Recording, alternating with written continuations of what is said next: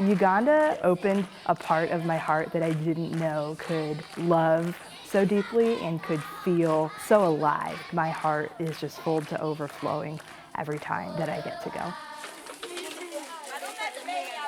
The poverty is immense. In the 1980s, there was a civil war, and it was very violent. So none of the kids in this area were able to go to school at that age, which is the parents' age now. We're able to educate these young people so that they might have the opportunity to break out of that poverty.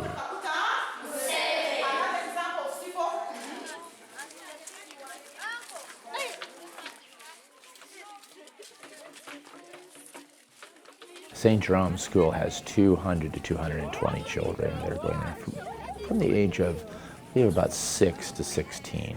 St. Charles has helped them build a guest house, which is dedicated to St. Charles. And then there's one classroom building that was just built when we were there in 2014. They were in tents, and that wasn't okay, because when the rain comes through, the mud flows.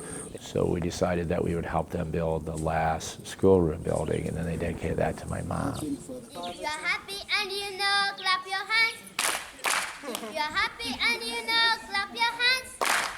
If you're happy and you know. The kids, they've been like lined up and like waiting for us, and like singing and clapping and waving, and it's just really joyful.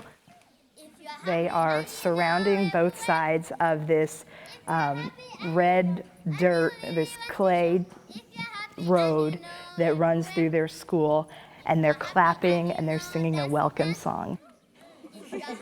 I mean, they're so loving, and I've never felt more loved than like when I was there, you know, even just when you're walking down, you know, to breakfast, you have 40 kids saying, "Good morning, Jackie, like, we love you, I hope you had a good night," you know.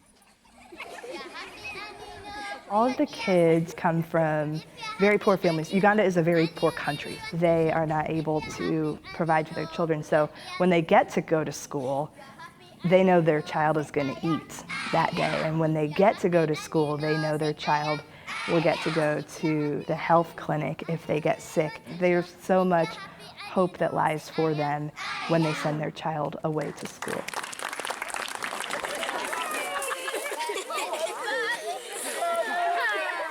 The thing that we have done that is extra here at St. Charles is we take them shoes.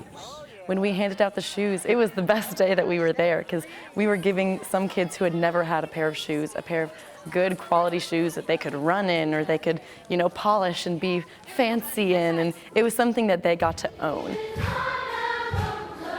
Right now, the most pressing need is to build another dorm. They have overcrowding, so if you go in one of their dorms, you'll see that there will be 3 double bunks side by side. So the kid that has the double bunk by the window has to walk over 2 beds to get to his bunk. James going to his bed. So some of the girls are sleeping 2 to 1 bed. So this one here, there's 2 girls that sleep on the same bed. One more dorm will take care of their needs, and then we just keep those buildings in good shape. Down back beds and a hanky panky with the bullfrog jumper, banky banky with hips, eyes, balls, hoops. Rihanna is my sponsor daughter. I sponsor her with Jackie because college students and can't pay the whole thing, but it's really awesome to know that, you know, like, I'm a student, but I'm also helping someone else be a student. Now how about sitting down? You know, she came from a family who couldn't afford to send her to school.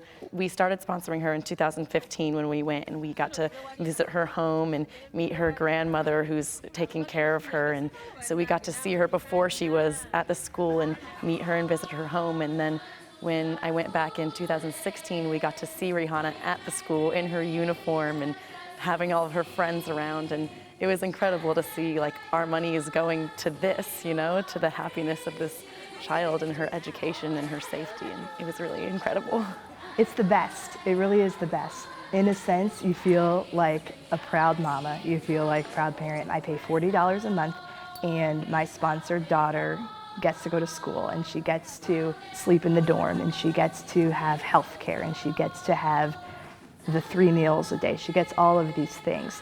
So for me, that is a couple less trips to Chick-fil-A, a couple less trips to Starbucks. It's doing without things that I don't need to help somebody who does really need something have it.